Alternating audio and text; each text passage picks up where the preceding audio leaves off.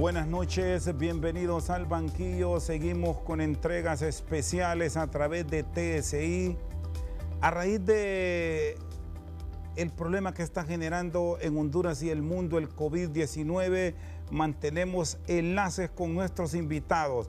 Hoy agradecemos que el señor presidente del Banco Interamericano de Desarrollo, BID, nos permita tener un diálogo con el representante en Honduras, el doctor Eduardo Almeida, para hablar de cómo está registrando este organismo de crédito internacional la crisis en América Latina que está generando la pandemia del coronavirus. Doctor Almeida, en principio, gracias por estar con nosotros. ¿Cómo está la misión del banco en Honduras? ¿Cuáles son las instrucciones que se han girado desde Washington a raíz de esta problemática que está enfrentando el mundo? Muy buenas noches, gracias por estar con nosotros. Buenas noches, don Rosendo, un placer estar con ustedes. De hecho, es una situación muy difícil, ¿no? Es una crisis que nunca se había visto de esta forma, todo el mundo, en particular en la región. Y el BID, de hecho, se ha preparado rápidamente para dar una respuesta contundente en los 26 países que son países prestatarios del banco. Y nosotros estamos disponiendo de 12 mil millones de dólares para la región. 9 mil millones ya eran para ser aprobados este año. Estamos poniendo estos recursos a la disponibilidad de los países. Y también más 3 mil millones que estamos también utilizando de proyectos que ya existen en cartera.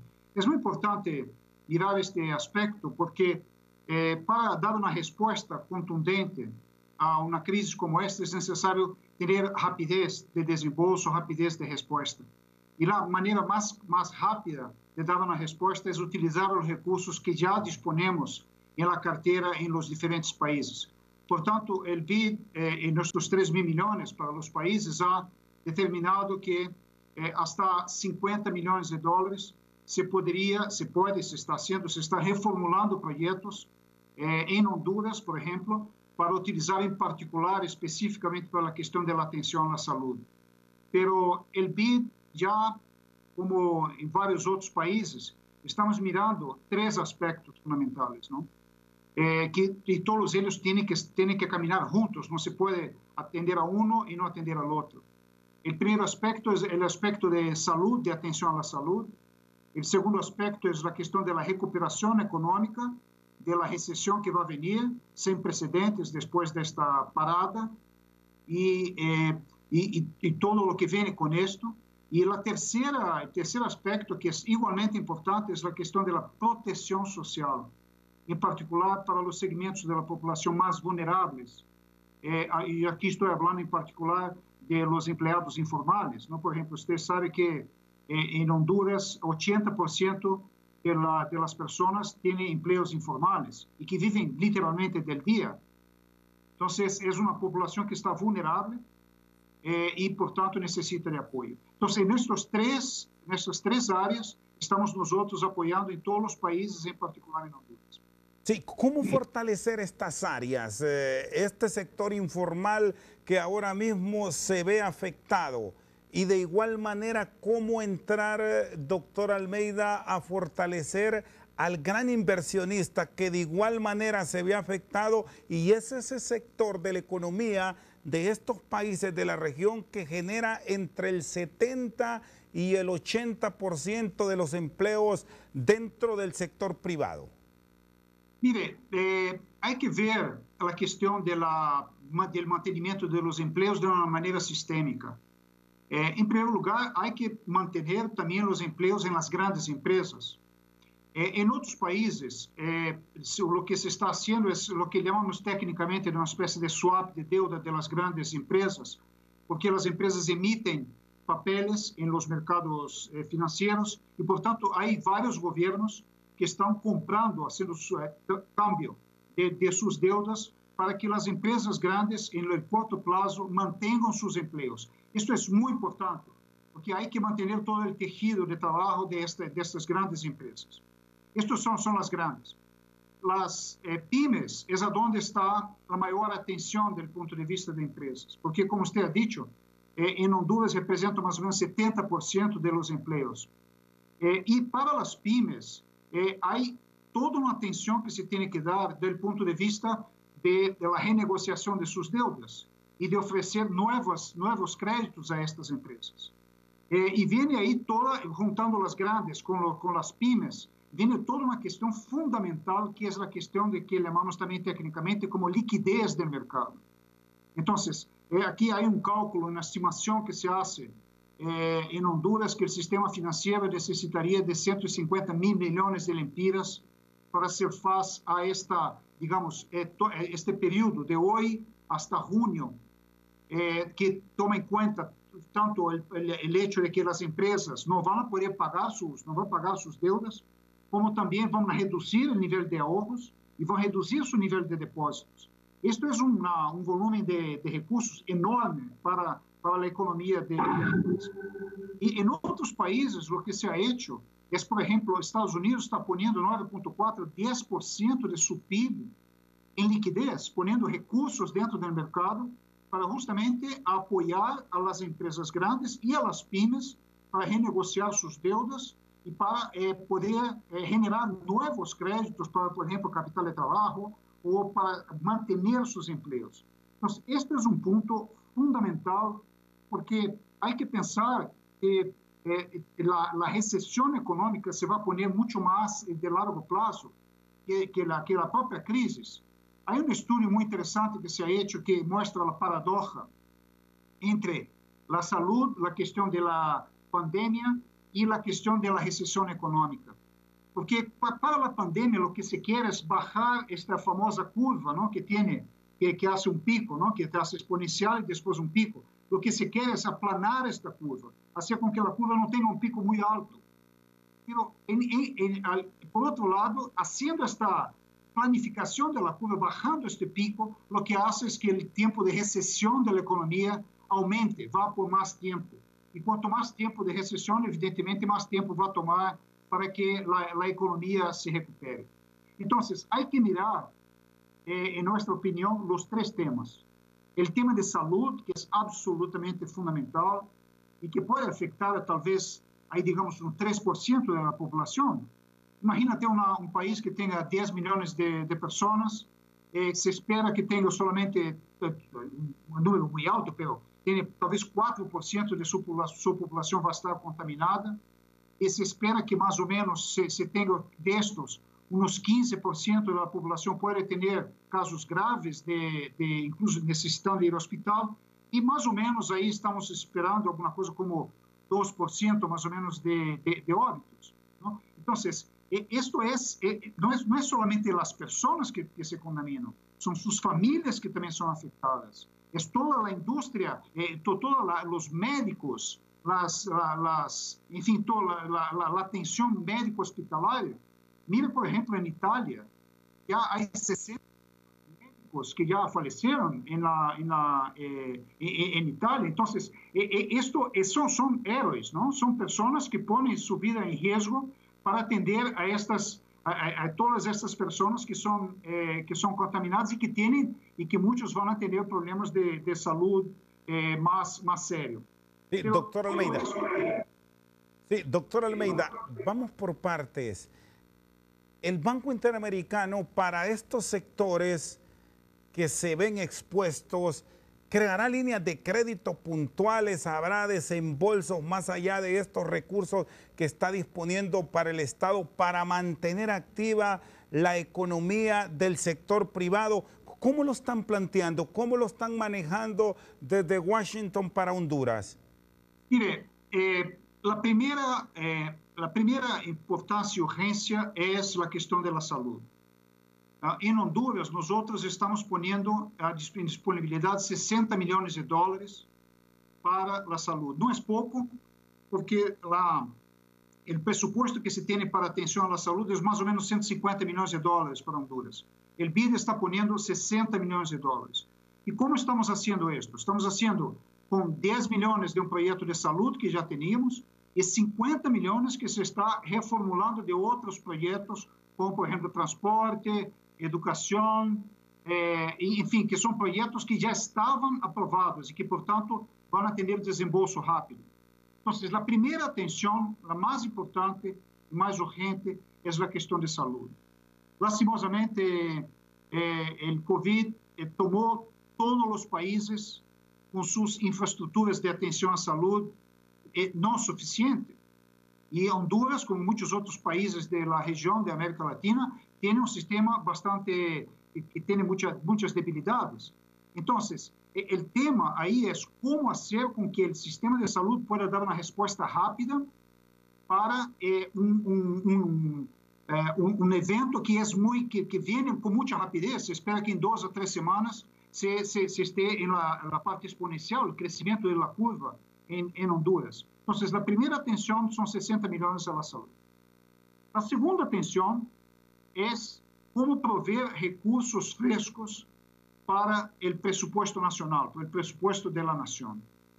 Nosotros estamos aprobando en 2 semanas 112 millones de dólares de apoyo presupuestario, que puede ir a salud, puede ir a recuperación económica, puede ir simplemente al hecho de que el espacio fiscal, que ya era corto para Honduras, va a tornar-se más corto aún por la cuestión de que se van a reducir los impuestos y se va a aumentar la necesidad de gastos y la necesidad de inversiones. Por tanto, estamos poniendo 112 millones de dólares para apoyar al presupuesto. En segundo lugar, fuera de la cuestión de la salud, viene todo lo que es la cuestión económica. Y como mencionaba antes, es muy importante tener una plataforma que pueda apoyar al mismo tiempo las 3 tamaños de empresas: empresas grandes, las pymes y las empresas informales, ¿no? Que todas van a necesitar capital. En esto estamos justamente discutiendo hoy con el Banco Central y con el gobierno, en el sentido de poder proveer líneas de crédito y líneas de garantía para poder mejorar la cuestión de la liquidez del sistema financiero, para renegociar las deudas y hacer con que las empresas tengan fôlego, ¿no? Para poder mantener los empleos en el corto plazo. Muy bien, está con nosotros. Y ahí termino ya sobre la cuestión de los recursos. Justamente, el tercer punto es, aprobamos la semana pasada 60 millones de dólares para bono de vida mejor. Este proyecto había sido pensado para desembolsar en 4 años, pero lo que vamos a hacer es anticipar los desembolsos de acuerdo a la planificación del gobierno para hacer face a la población más vulnerable de acuerdo a la crisis de COVID. Está con nosotros esta noche al banquillo el representante del Banco Interamericano de Desarrollo BID en Honduras, Eduardo Almeida. Una pausa, ya regresamos.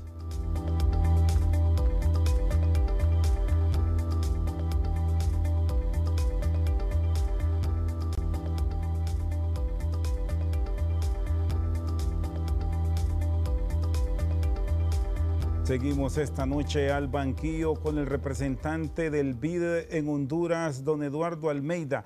Hay un antes y un después en las economías de todo el mundo.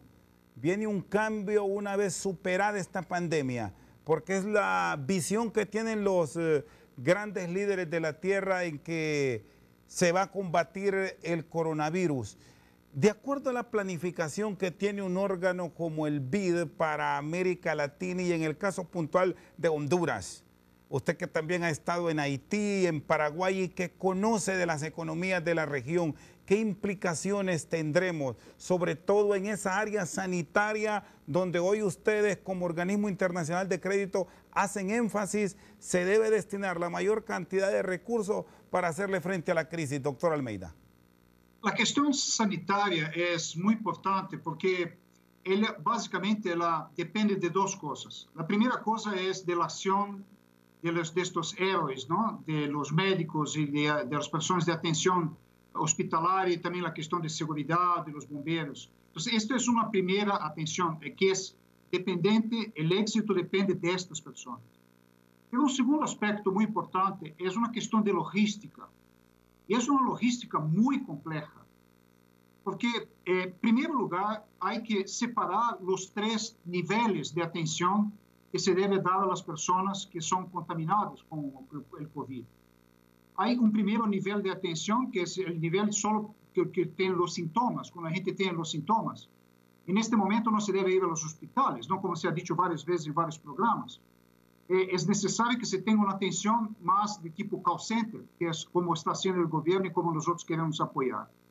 Hay un segundo nivel, que es cuando sí, ahí ya se tienen los síntomas, entonces ahí hay que dar una atención primaria a las personas. Y por tanto, también no van todavía a los hospitales más importantes, pero más grandes, pero a los hospitales de los centros de salud.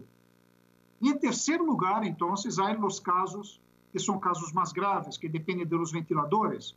Pero no dependen solamente de los ventiladores, dependen de las personas, de los médicos, que tienen que saber cómo operar los ventiladores, ¿no?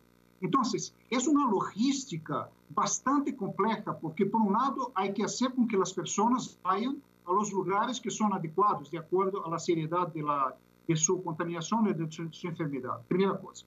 La segunda cosa, hay que hacer con que los 3 niveles de atención estén preparados, con sus equipos, sus equipamientos, con lugares específicos, regionales.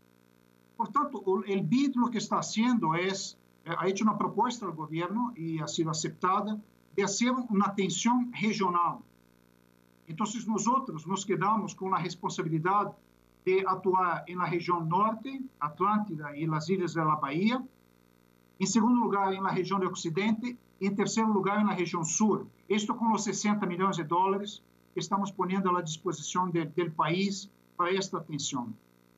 Y el tema fundamental en este aspecto es el desafío de la velocidad, porque si nosotros no logramos hacer con que la atención a la salud esté lista en las próximas 3 semanas, muy probablemente lo que va a pasar es que va a pasar la ola de la curva y nosotros no vamos a lograr hacer la atención como se debe a las personas. Y esto está pasando con todos los países. Países desarrollados que tenían un buen sistema de salud, por ejemplo, y que tuvieron mucha presión sobre su sistema de salud.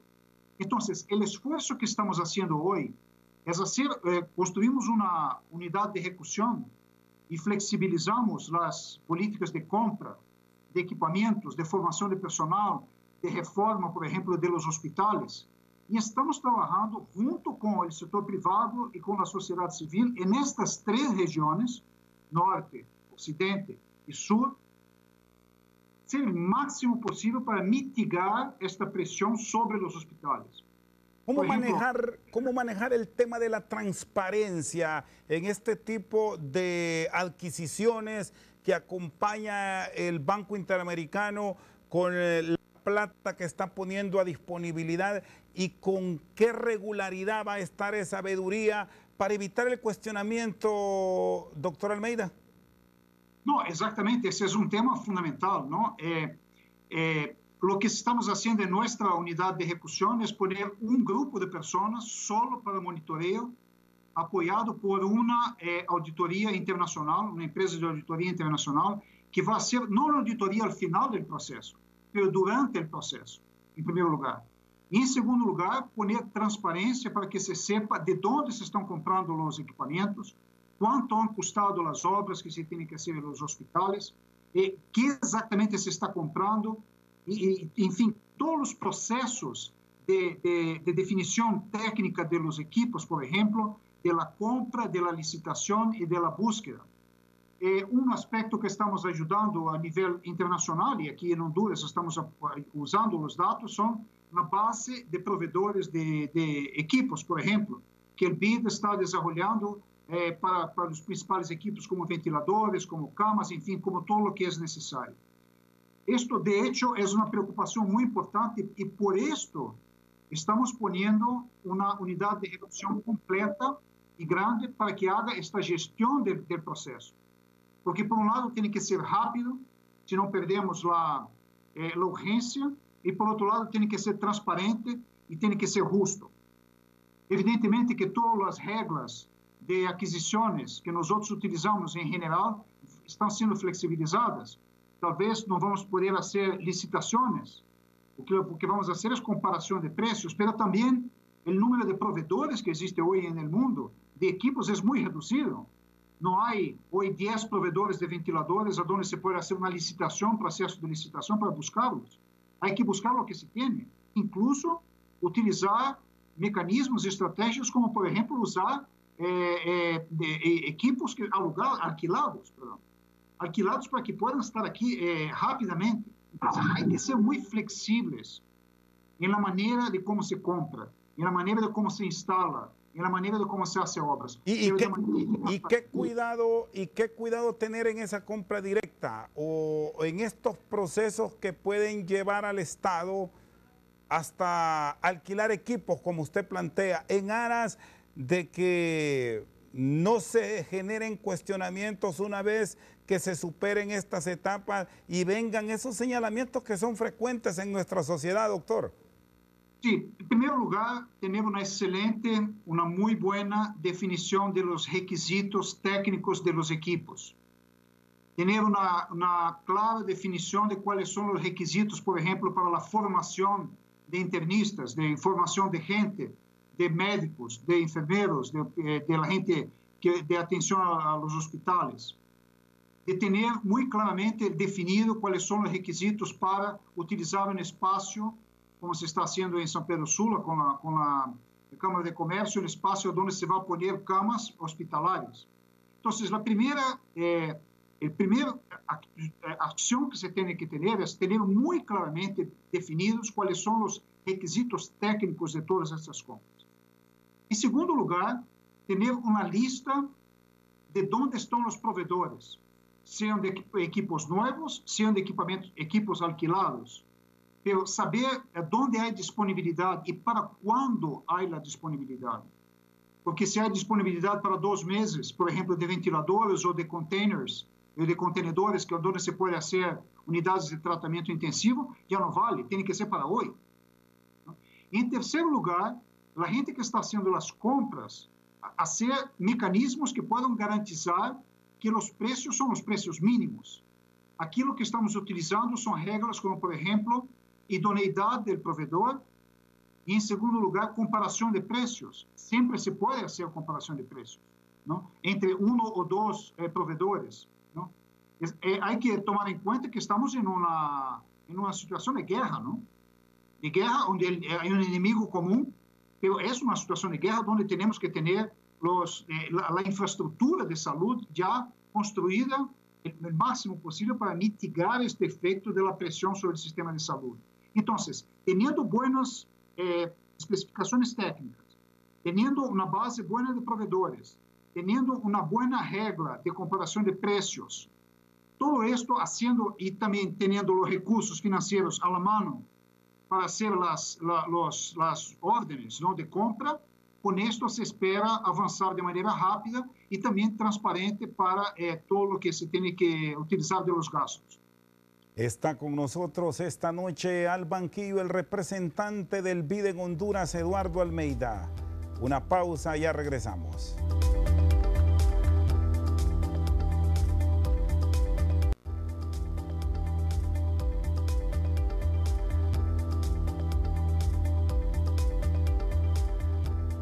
Seguimos esta noche al banquillo con el doctor Eduardo Almeida. Bueno, hemos hablado de las implicaciones en el sector sanitario y cómo visualiza el BID enfrentar la crisis. Pero, ¿qué de la planificación económica? De lo que nos vendrá después de superada esta dura etapa. Hay quienes incluso hablaron, doctor Almeida, de que íbamos a enfrentar una situación tan compleja como la del 2009. Pero haber prolongado la pandemia está ahora fuera de cualquier análisis que economistas reconocidos han hecho, y la crisis financiera que se nos vendrá en el segundo semestre del 2020 es incalculable. ¿Lo registran así a nivel del BID? Es exactamente lo que se espera, ¿no? Nadie hoy puede calcular exactamente cuánto va a ser el tamaño de la recesión. Solo se sabe que va a ser mayor, mucho más grande que la crisis de 29 y también la crisis de 2008. Esto sí se espera. Yo quería solamente hacer un punto en el tema anterior de salud, que solo hay una manera de hacer con que el sistema de salud pueda dar respuesta contundente y al tiempo, y es haciendo asociaciones con el sector privado, y con la sociedad civil, ¿no? Esto es un tema muy importante, porque es un momento donde nosotros tenemos que juntar todas las fuerzas, ¿no? El país, el gobierno, con sociedad civil, con sector privado, y cada uno aportando su capacidad, no solamente plata, pero es la propia capacidad gerencial de hacer face a una logística, como comenté antes, de un proceso como este. Pero mirando la cuestión de la crisis económica, como comenté antes, el tema, por el lado de la salud, lo que se quiere es aplanar la curva del coronavirus, no hacer con que vaya mucho arriba y, por tanto, que se pueda bajar el pico de la curva y alargar más la curva. Bueno, la consecuencia directa sobre esto, es que se va a tener una recesión más alargada, más larga, y va a tener impacto, en particular, tanto la macroeconomía quanto la microeconomía. Vamos mirar un país como Honduras. Honduras es un país que depende de exportación, en particular para Estados Unidos, por ejemplo. Bueno, el COVID ya venía, cuando vino, ya había una expectativa de que la economía de Estados Unidos se iba a bajar, ¿no? De 2% hasta 1,4%. Entonces, la exportación, la demanda de bienes y de servicios en Estados Unidos va a bajar. Entonces, por ahí ya viene un problema que es la baja de la exportación del país hacia los... Segundo lugar, la cuestión de la baja de los precios de commodities, ¿no? Commodities agrícolas.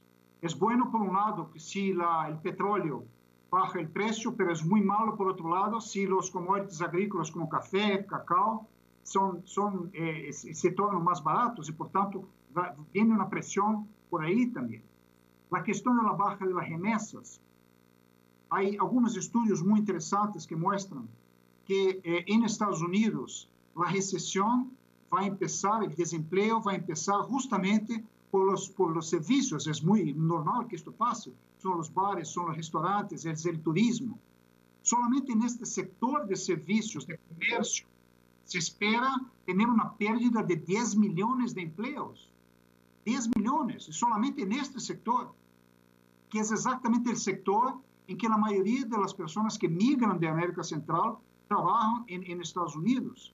Entonces, va a haber una presión bastante significativa sobre la reducción de las remesas. Ya hubo una indicación clara de que en los últimos días, por los estudios del Banco Central, que ya hubo una reducción bastante significativa de remesas. Y remesas representa 20% del PIB de Honduras. Entonces, la baja de las remesas puede causar un problema macroeconómico importante y también a las familias que reciben las remesas. ¿Qué tipo de mercados debemos estar ya viendo como potenciales socios ideales para nuestro país? En estas diferentes áreas que usted nos ha expuesto, doctor Almeida, entraremos en serias dificultades si observamos la contracción que tendrá la economía en los Estados Unidos, y yo agrego otro gran socio que hemos tenido los hondureños, en el caso particular el Reino de España, donde hay miles de compatriotas residiendo y que también aportan al fortalecimiento de nuestra economía, y ya vemos cómo está de golpeada la ciudad de Madrid, Barcelona, bueno, en general toda la península ibérica. Esta es una pregunta de 1 millón, ¿no? Que es exactamente para dónde ir, en qué productos ir. Hay algunos estudios muy interesantes que muestran que se espera ver un reemplace de productos. ¿Qué significa?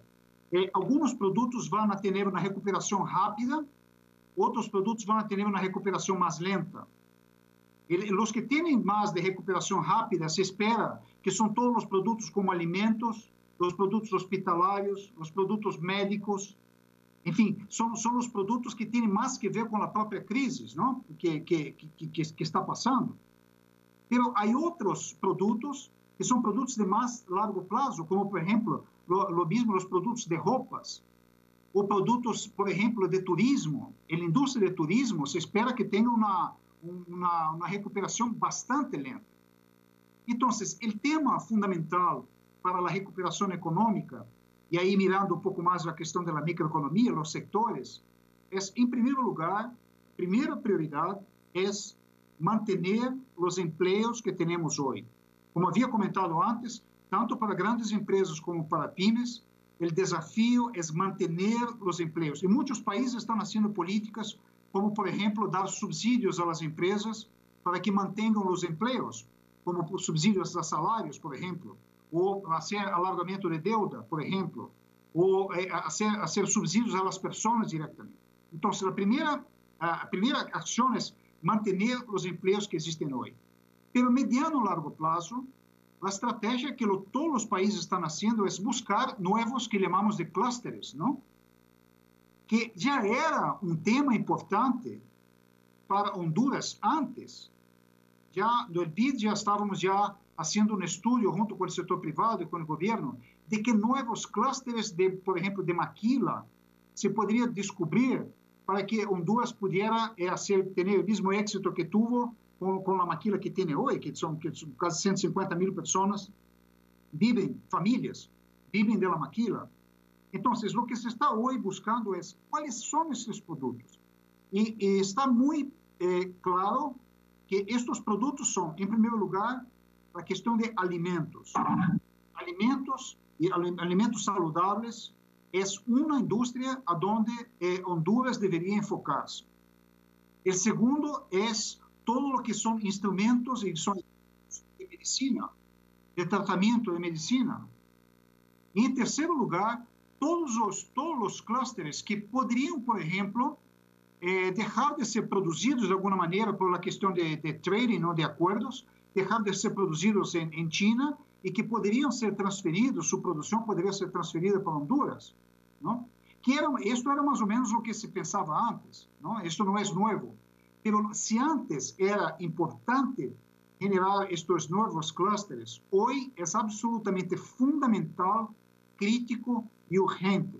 Entonces, hay que pensar en el corto plazo para mantener los empleos, en mediano plazo para mantener los negocios que existen hoy sostenibles y en más largo plazo para el próximo año para generar nuevas actividades económicas, en particular lo que es la industria y en particular lo que es industria de alimentos y industrias, por ejemplo, de instrumentos médicos. Y con todas estas recomendaciones de prioridad para el país que nos da como representante del BID, que habrá que planificar sobre ellas, ¿cómo mantener el equilibrio para no descuidar otras áreas donde ustedes como organismos internacionales han mantenido los ojos en nuestro país por las dificultades económicas que vivimos? El caso de las empresas de servicio público que ahí están con dificultades, del tema de la infraestructura que también hacen énfasis y otras áreas como la inversión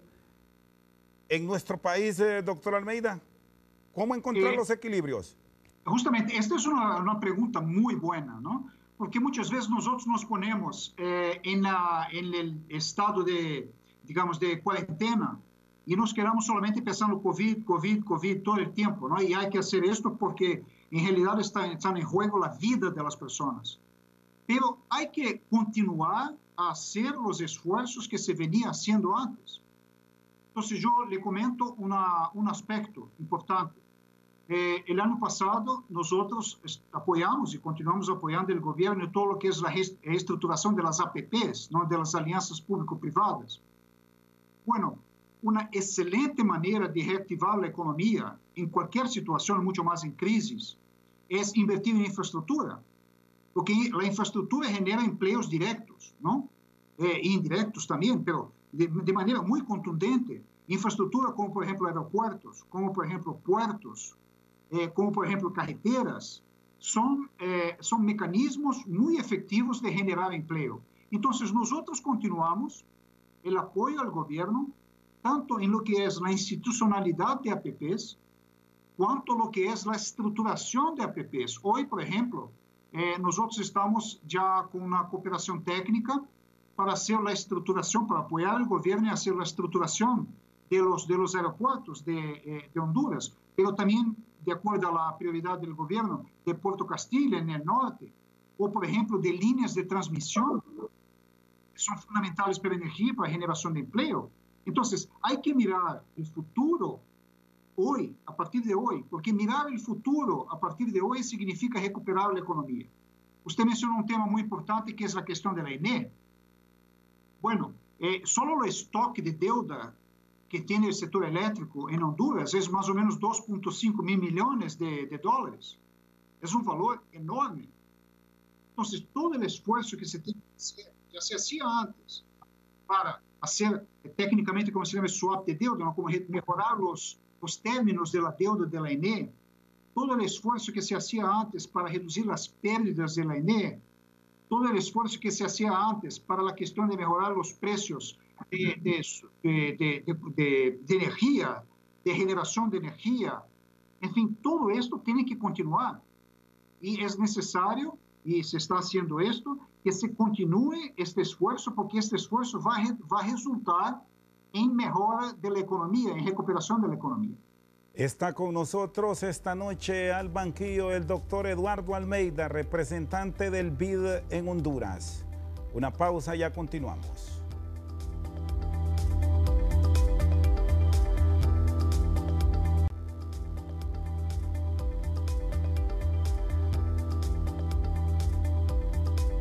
Seguimos esta noche al banquillo con el doctor Eduardo Almeida. Usted tiene formación cristiana. Doctor, ¿en qué va a cambiar la sociedad después de todo esto que está enfrentando el mundo y ahora en plena Semana Santa, cuando de pronto la actividad de no haber sido por este tema de la pandemia fuera más de ingreso por turismo, cosa que va a golpear también a nuestras economías? ¿Cómo vamos a cambiar? Mira, este es un tema muy interesante, ¿no? Que en realidad no es tanto el área del banco, ¿no? Que estamos más acostumbrados con números, pero me parece que es un tema muy importante porque tiene una implicancia sobre la cuestión de la economía, sobre la cuestión de la salud. Hay mucha gente que tal vez mire esto de una manera talvez un poco más até exagerada, ¿no? Y que se dice que el mundo nunca más va a ser exactamente como era antes. Y muchos lo ven de una manera un poco catastrófica, ¿no? Yo no lo veo así de esta forma. Sin duda, vamos a ser muy diferentes, ¿no? Pero vamos a ser muy diferentes mucho más allá de, por ejemplo, las entrevistas que podemos hacer, que no hacemos solamente vía Skype, ¿no? Que no, tal vez cambie la manera de cómo se va a hablar en una entrevista, cómo se va a hacer las relaciones de trabajo. Todo esto sí va a pasar, pero hay mucho más cosas que tal vez se cambien. Y puede venir mucho de cuánto tiempo va a tomar esta pandemia, en primer lugar. Y en segundo lugar, de la manera como las personas reaccionan a la propia pandemia, al tiempo en que están en sus casas. Yo creo que estas dos dimensiones tienen que ser muy bien pensadas. Porque seguro que cambiando la economía, cambiando las actividades, cambiando lo que se hace desde el punto de vista de cómo se gana la vida, ¿no? Esto va a tener un impacto sobre el comportamiento de las personas.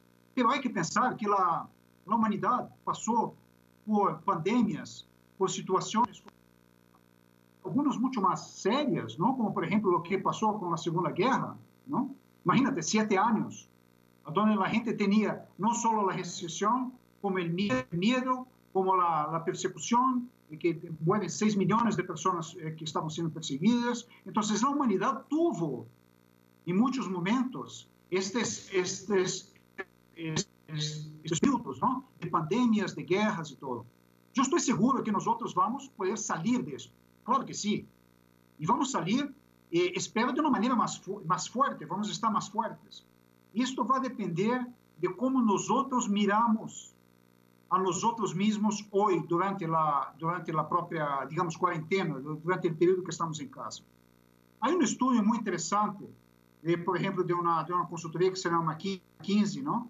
Y que muestra claramente que las empresas van a tener que reinventarse, ¿no? En la mayoría de las industrias. Y la manera de reinventarse es justamente de buscar nuevas oportunidades de mercado. Está muy claro que toda la economía digital es quien va a de uma maneira mais acelerada que vai guiar a nós outros. Por exemplo, dois ou três exemplos muito concretos. Primeiro, a questão da educação, da formação das pessoas. Está muito claro que a formação digital, a formação à distância, vai ser muito importante a partir de hoje. Mas, ao mesmo tempo, é necessário manter o vínculo dos professores, das famílias e dos alunos a unidade social que é a escola. Está muito claro que a medicina vai ter que ir na direção da telemedicina e muito mais rápido do que iria antes. Mas nunca se vai reemplazar o contato das pessoas, dos heróis de hoje, não? De los médicos, de los enfermeiros, de la gente que está tendo que tem a atenção personal. Então, sim, eu creio que vai haver cambio significativo na maneira de como nós nos relacionamos, incluso porque algumas pessoas, há estudos que indicam que talvez a própria pandemia pode volver mais adelante, então só se vai resolver com a vacuna, e a vacuna vai tomar 1 ano e meio, todavia mais de 1 ano para sair, não? Então, sim, vai ter impacto significativo em nosso comportamento, mas depende da maneira de como nós estamos hoje para prepararnos para o que vem mais adelante e virar este tempo de 2 meses, 3 meses como tempo de renascer, ¿no? de reinventarse. ¿Cómo ha visto esa reacción del sector bancario en Honduras? Usted como representante del BID y las medidas que se están tomando desde ya para apoyos puntuales a diferentes sectores con los cuales mantienen una estrecha relación, doctor Almeida. Mire, como comentei antes, não existe uma estimação de que haverá um déficit de liquidez no mercado de mais ou menos 150 milhões de lempiras. Sem dúvida, este é enorme desafio para o setor financeiro, não? E evidentemente que as instituições internacionais, não, como nós outros, mesmo que juntemos todo o que temos, com todas as instituições, nós outros não vamos ser capazes de fazer face a esta baja de liquidez. Então, se vai ter que ter estratégias, como muitos países estão fazendo, de utilizar seus encarres, não? De utilizar suas reservas de encarres, os internacionais, pelas suas reservas de encarres. Este debate, este diálogo entre o governo e setor privado e setor financeiro, é o que vai levar a um nível ótimo, porque também o governo, o Banco Central, por exemplo, tem seu nível mínimo de encargo que tem que manter, e o sistema financeiro tem uma demanda e também um nível mínimo de reservas que o próprio sistema tem que ter. É valedero, doutor Almeida? Entre outras, a donde temos que pegar. ¿Es valedero, doctor Almeida, esta petición del presidente del Congreso que le ha venido formulando en las últimas horas de pedir al Banco Central la reducción del encaje legal, de promover o incentivar con dicha medida el apoyo al inversionista en Honduras? Mira, outros países han hecho exatamente esta mesma política, não? Como comentei antes, Estados Unidos injetou na economia 10% de seu PIB, 9,4%. Há países como, por exemplo, Brasil, que ha posto 4 ou 5% do PIB sobre de liquidez no sistema. A média da América Latina é pouco menos de 4% do PIB, não? Então, não há outra maneira que injetar recursos que hoje estão em encargo.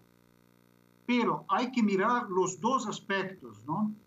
Esta é uma equação muito complexa, muito complicada. O país, Honduras, tuvo digamos, éxito muito grande de reduzir de 2013 hasta hoje o déficit público, que estava em 7,5%, o déficit público neste ano, hoje está em mais ou menos 2,4% de déficit total público.